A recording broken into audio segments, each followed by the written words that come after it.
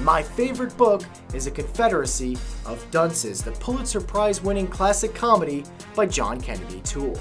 It follows quite possibly the most offensive in behavior, grotesque in appearance, and generally unlikable protagonist in all of literature. Ignatius J. Reilly is a flatulent man-child with an outdated worldview and an unpopular notion for what he considers taste and decency. He contrasts this mountain of flaws with an uber-educated mind and a passion for social equality. Toole uses Ignatius as an unlikely spokesman for the foibles and contradictions mankind boasts, regardless of race, creed, or class. The relationships that carry this lampoon of humanity are cemented by each character's eternal struggle for respect and appreciation. Basically, the book shows us how absurd humanity looks as it insists on taking itself seriously. He then weaves his unique tale into a Larry David-esque story web where each character is interconnected, and no one person's actions are spared in affecting the outcomes of their neighbors. It's literary Curb Your Enthusiasm. In the end, the most personal and heartbreaking aspect of reading Toole's Crescent City Greek tragedy are the unavoidable connections between Ignatius's personal struggles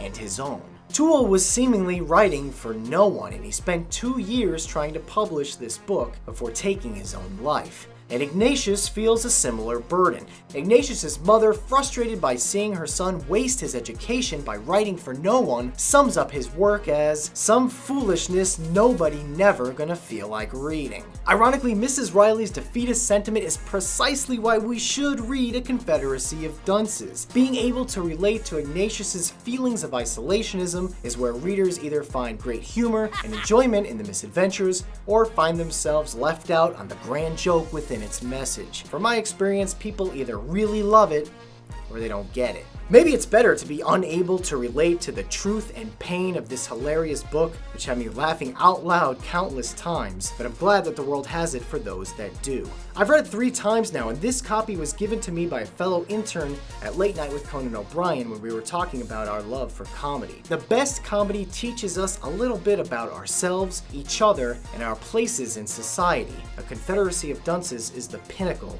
of just that. Go read it. Now, seriously, it's the best.